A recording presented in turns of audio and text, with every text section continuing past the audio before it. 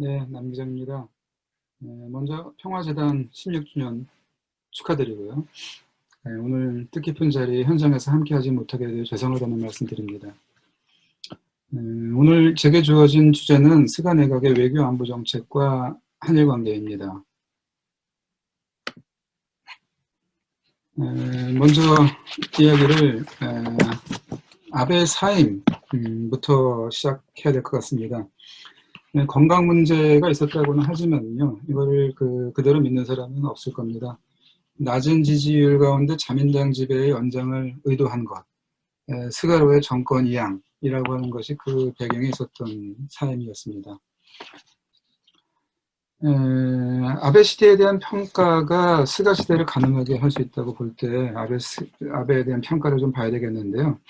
왜냐하면 스가는 아베 노선을 계승하겠다고 얘기하고 있기 때문입니다. 그러나 그게 어느 정도 진정성을 갖는 것인지 확인해 볼 필요가 있습니다.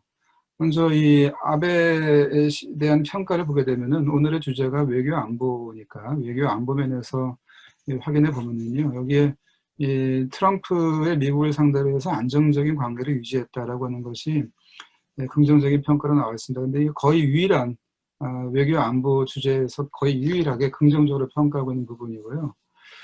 이 한일 관계에서 위안부 문제에 대해서는 뭐 절반 정도가 긍정 부정이었고, 그 밑에 이제 한일 무역 전쟁, 무역 분쟁, 작년에 수출 규제 조치 이후에 한일 관계에 대해서는 부정적인 평가가 60%로 더 높습니다. 그 다음에 북한 납치 일본인 문제에 대해서도 낮고요. 그 다음에 미군 기지 문제, 그 다음에 러일 평화조약 과 관련한 일본 정부의 노력, 이런 거에 대해서도 굉장히 평가가 낮습니다. 그러니까 외교 안보 문제에서 미일 관계 이외의 그 이슈에 대해서는 다 아베 시대에 대해서 평가가 낮다는 거를 확인할 수 있습니다. 물론 국내 문제에서 이 모리카케 사쿠라라고 하는 이 개인 스캔들의 문제가 제일 안 좋았고요. 이게 이제 아베의 발목을 잡았다고 할 수 있습니다. 또 뭐 국내 정치에서도 그렇습니다. 아베 노선의 두 기둥은 헌법 개정과 아베노믹스인데, 이에 대해서도 국민은 변화를 원하고 있는 것을 볼 수 있습니다. 이 헌법 개정과 관련해 가지고는 계승해야 된다라고 하는 것이 36%, 아베노믹스에 대해서도 계승해야 된다는 것이 33%에 불과합니다. 60%에 가까운 일본 국민이 헌법 개정이나 아베노믹스와 관련해 가지고 아베의 정책에 비판적이다라고 하는 것을 확인할 수 있습니다. 또 아베노믹스에 대해서도요, 그러니까 뭐 저 긍정적인 평가, 부정적인 평가, 뭐 50, 50 이렇게 있지만, 문제는 요 월급, 개인들이 받는 급여의 문제입니다. 이 주식은 올라서 호황일지 모르겠지만, 개인 소득은 7년 동안 전혀 늘지 않았다, 오히려 조금 줄었다라고 하는 데에서 이 아베노믹스의 성과를 피부로 느끼지 못하는 일본인들이 많다라고 하는 것이 문제점으로 지적됐을 것 같습니다. 그러니까 그런 의미에서는 아베노믹스에 대해서 이렇게 평가가 좋지 않다라고 하는 걸 저희들이 이해할 수 있습니다.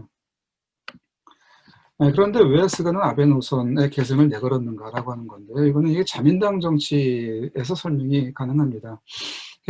이 그림이 이 아베노믹스, 아베 계승, 또 아베의 실정에 대한 이 규명의 노력이라고 하는 거에 대해서 이 이시바라고 하는 사람이 제일 그 아베 노선을 수정하기를 바랬고, 아베의 잘못에 대해서 비판적인 사람이었습니다.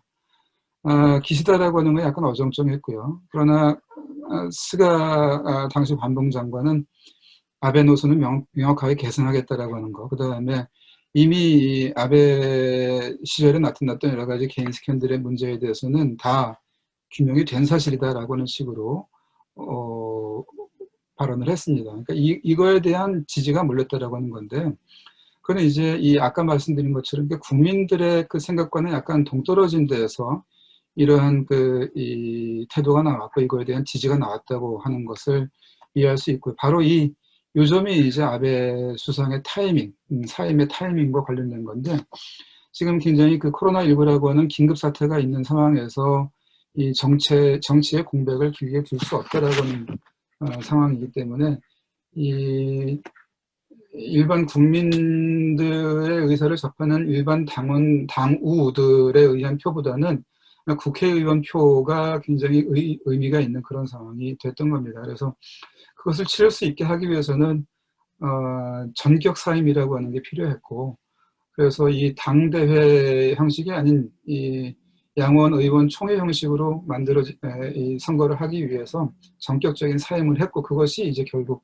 이런 자민당 내 정치를 통해서 스가가 수상으로 선임되는 이 길이 되었다라고 이해할 수 있을 것 같습니다. 다음에 이제 그 스가 내각의 대외 정책 얘기인데요.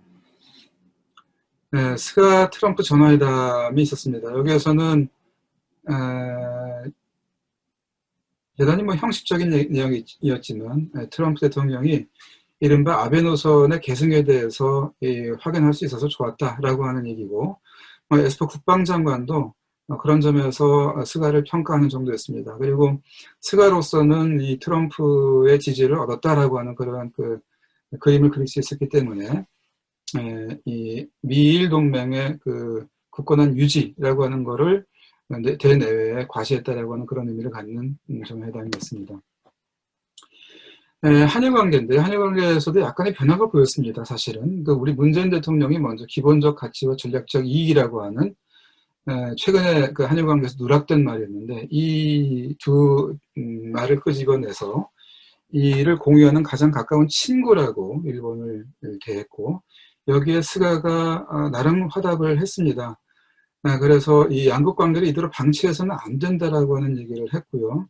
그러면서 이제 한국 측이 이 한일 관계를 건전한 관계로 되돌리는 계기를 마련해 달라, 이렇게 요구를 했습니다. 종래의 그 국제법 위반이라든지 국제법 위반 상태를 시정하라라든지 이런 표현을 하지 않았다라고 하는 데에서 약간의 가능성이 보였다라고 할 수 있습니다. 한편 이제 중일 관계인데요. 스가 시진핑 전화회담이 9월 25일에 있었습니다. 그러니까 뒤에 말씀드리겠지만 폼페이오 방인 직전, 그다음에 쿼드가 열리기 바로 전인데요. 이때 이제 그 중국 쪽으로서는 일본을 견제를 하는 그러한 발언들을 하면서, 또 한편으로는 거기에 일본이 살짝 호응하는 그런 모습도 보입니다. RCEP의 연내 조인, 그 다음에 한중일 FTA 조기 교섭 타결, 이런 거를 스가 총리가 먼저 이 중국 측에 제안한 것, 이런 것들은 좀 주목할 부분이라고 생각이 됩니다. 이런 분위기도 있어서 폼페이오 방일이라고 하는 거는 다소 형식적인 수준에 그쳤고, 미일 인호 전략대화, 우리가 쿼드라고 이해하고 있는 건데, 여기에서도 사실은 행사는 치러졌지만, 회의는 열렸지만 공동선언문 작성에는 이르지 못했던 상황입니다. 일본 주도로 회의는 열렸지만 사실 그 주도했던 일본이 중국 문제에서 적극적이지 않았기 때문에 폼페이오가 요구하는 그러한 수준에서 공동선언문을 작성하는 데까지는 이르지 못했습니다. 또 인도도 다소 소극적인 그런 자세를 보였다고 이해되고 있습니다. 그런 상황에서 스가의 첫 외유는 베트남과 인도네시아였습니다. 미국이 대선 상황이었기 때문에 미국으로 가지 못했고, 중국으로 가는 것도 굉장히 부담스럽고요. 한국을 첫 외유지로 하는 것도 부담스러운 상황이었을 겁니다. 그런 의미에서 베트남과 인도네시아는 적절한 수준이었고, 뭐랄까요, 그 무난한 것이었죠. 그러면서 거기에서 이제 이른바 자유롭고 개방적인 인도태평양을 강조를 했습니다. 강조를 했지만 중국을 지칭해서 비난하거나 그러진 않았습니다. 그러면서 또 인도태평양에 나토를 만들 생각은 전혀 없다, 이런 확언도 하기도 했고요. 그래서 이런 점에서 봤을 때 상당히 어떤 의미에서는 아베 노선을 지속하면서도 그 변화 가능성도 아울러 보여주는 그러한 그 모습을 보여줬고요. 그다음에 사실 베트남과 인도네시아를 먼저 방문했다고 하는 것은 일본이 대북 외교를 고려하면서 그 우회로 이 지역을 선택할 수 있다고 하는 점에서 그런 점에서도 주목할 필요가 있다고 생각이 됩니다. 자, 이제 미 대선 이후인데요. 미 대선 이후에 이제 스가 바이든 전화회담에서 주목할 부분은 이 바이든이 미일 안보조약 제5조의 적용 대상으로 일본을 지칭을 해주었고, 미일 동맹 강화라고 하는 거를 확인을 했다라고 하는 부분입니다. 스가는 미일 동맹 역시 얘기했고, 그 다음에 인도태평양 얘기를 했지만은 인도태평양 전략 또는 구상이라고 하는 말을 쓰지 않고 자유롭고 개방적인 인도태평양의 실현을 위해서 노력하자, 이런 정도의 수준에서 그쳤습니다. 한편 이제 코로나19가 이 국제정치에 미친 영향 속에서, 그리고 또 그 속에서 미중 관계가 전개되는 과정에서 일본은 새로운 국제정치 구상을 하고 있는데요. 대략 간단하게 말씀드리면은 현실주의적인 이 국제질서 구상 안에서 약간 변화가 보인다라고 하는 것을 좀 짚어줄 필요가 있습니다. 여전히 미일동맹에 올인하는 사람들은 있지만 미일동맹 일변도에서 좀 탈피하자라고 하는 사람들도 지금 보이기 시작합니다. 그게 이제 일본과 유럽의 연계를 강화하자는 그런 구상으로 나가는 사람이 있는가 하면은, 한편으로는 중국과의 관계도 중요하다라고 하는 목소리를 내는 사람들이 일본 안에서 지금 나타나고 있다라고 하는 거죠. 현실주의 진영 안에서요. 근데 이게 이제 아까 말씀드린 이 스가 내각에서의 약간의 변화, 현실주의 외교로의 변화 가능성이라고 하는 것을 점치게 하는 또 다른 이유입니다. 미 대선에 대해서 일본은 기대하기도 하고 우려하기도 있습니다. 그러니까 동맹과 국제협조 중심으로 나오는 것에 대해서는 기대하고 있습니다만, 이 중국 문제와 관련해 가지고는 상반된 그러한 방향에서 우려하고 있습니다. 버림받을 위험이 있다라고 하는 우려도 하고 있으면서 만료될 위험이죠. 바이든 정부가 오바마 3기가 될 경우에, 지금 미중 관계를 이 협력의 관계로 사고하는 그런 바이든 정부가 될 경우에는 일본이 혼자서 중국을 상대해야 된다라고 하는 그런 부담이 있다. 그래서 버림받을 위험이 있다라고 하는 그런 우려를 하는 반면에, 거꾸로 바이든이 다시 트럼프 2기가 될 가능성도 있기 때문에, 대중 정책에서는 그럴 경우에는 또 더구나 트럼프보다는 더 강력하게 중국 포위망을 만들어서 이 중국을 압박하겠다라고 할 경우에는 일본의 선택을 강요하게 될 경우에 일본은 오히려 말려들 위험이 있다라고 하는 그런 우려도 하고 있습니다.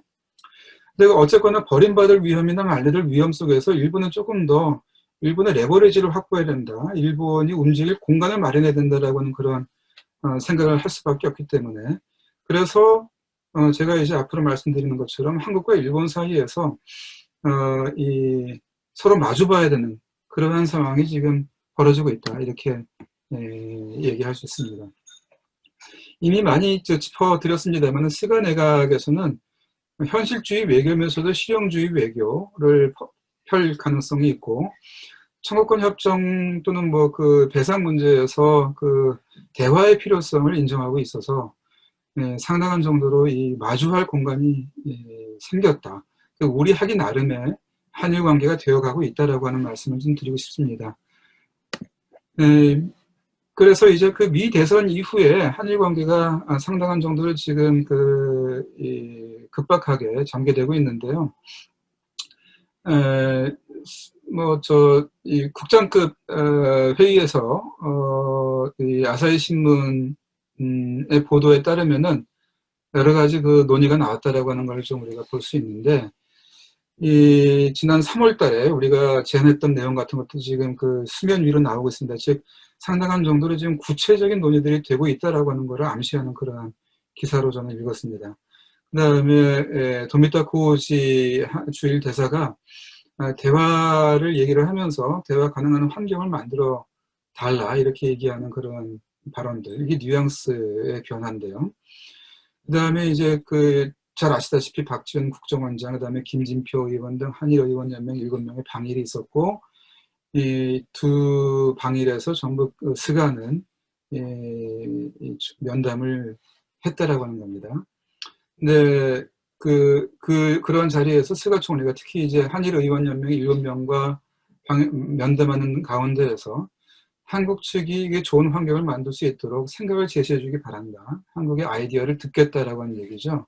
그러니까 이런 제안들을 대화들을 하고 있다라고 하는 겁니다. 다만 일본이 이 명확한 한국 측의 그런 언질이 없이 그냥 정상회담을 했을 경우에 부담이 있어서 상당한 정도로 지금 삼국 정상회담의 개최는 불투명한 상황이긴 합니다. 그럼에도 불구하고 과거보다는 조금 기대를 할 수 있는 그런 상황이라고 하는 것을 좀 염두에 두고 현금화 문제를 좀 현실적으로 해결하는 그런 노력을 해볼 필요가 있다. 우리 이미 그런 노력을 해왔습니다만은 조금 더 적극적으로 할 필요가 있겠다는 생각이 듭니다. 그래서 저는 그 피해자 중심의 접근이라고 하는 거를 확인을 하면서도 현실적인 해법이 가능하다고 생각하고 있고요. 그거는 조금 더 논의가 뭐 토론 과정에서 나오면은 말씀을 드리도록 하겠습니다. 그리고 우리 국민도 조금 약간 현실적인 해법을 원하고 있다라고 하는 것이 최근에 여론조사에서 밝혀졌습니다. 그러니까 원칙론으로만은 풀리지 않으니까 현실적인 해법을 좀 고민해 봐달라라고 하는 그런 요구로 들립니다. 근데 그렇게 되면은 만일에 이 현재 그 한일 관계를 극복하고서 새로운 한일 관계로 나아갈 수 있을 것 같고요. 그 경우에도 여러 가지 지금까지 있었던 문제를 갖다 풀 수 있는 가능성이 생깁니다. 요거도 지금 시간이 없으니까 나중에 혹시 질문이 나오면 설명드리기로 하고요. 또 북일 관계에 대해서도 스가 내각에서는 좀 열린 표현들을 하고 있습니다.